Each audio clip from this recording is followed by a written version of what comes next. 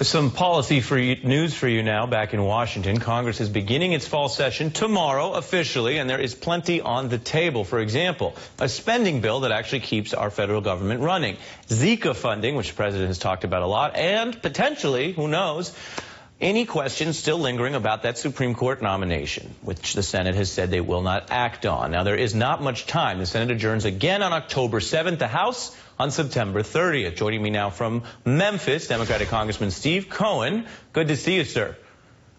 Thank you, Ari. Good to be on your show. Let's start with Zika. President Obama has said that he has a plan. He's put it forward. Your colleagues, the Republican majority, he says, are not ready to act, and time is of the essence. It seems to me we are probably getting close to a period, given what's happening in parts of the United States, where people are going to actually notice Congress's inaction to date. How do you see it?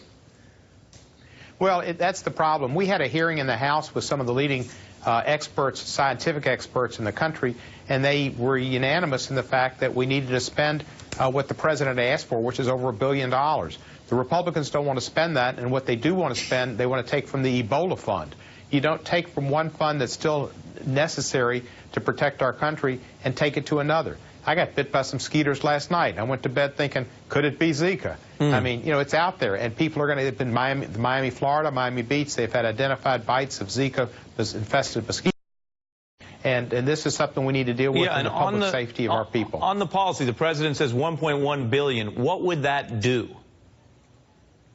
Well, it would give local governments the ability to have more monies to spray. And spraying is the best way to kill the mosquitoes and to avoid the contact with the Zika virus. It would also fund some CDC activities that will go into looking and studying which mosquitoes and the bites and where they're spreading.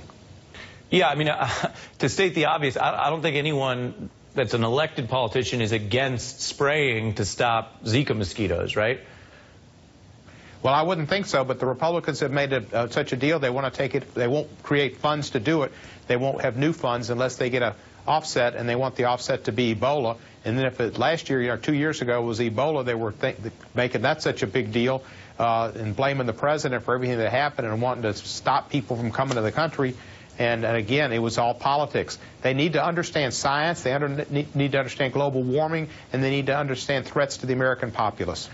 Turning to one of the president's other agenda items, you have his nomination of Merrick Garland to be on the Supreme Court. You have still basically a Supreme Court that's missing a member, and we haven't generally seen in history a time where the Senate will completely refuse to do anything with a nomination of this caliber rather than perhaps rejecting it, which is their constitutional right.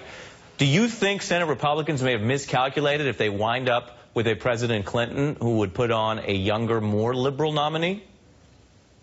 Well, that's certainly what could happen, and if Hillary Clinton gets to nominate, I think she probably will nominate a younger, more liberal person. That's what you expect. There are 50 votes in the Senate to confirm. And right now, the district court judges have been held up, too, and the next district court judge in line is Ed Stanton III, a United States attorney from my district who I recommended to the president, has been nominated. His nomination has been on hold for almost a year after having cleared the Senate. There's no reason not to be approving district court judges. And when you don't do it, you have a backlog in the court system that's criminal and civil both. We've got some crime problems in parts of this country, and to not have an adequate number of district court judges to deal with the federal criminal law violations is irresponsible. Congressman Cohen, thank you for joining us here on this Labor Day.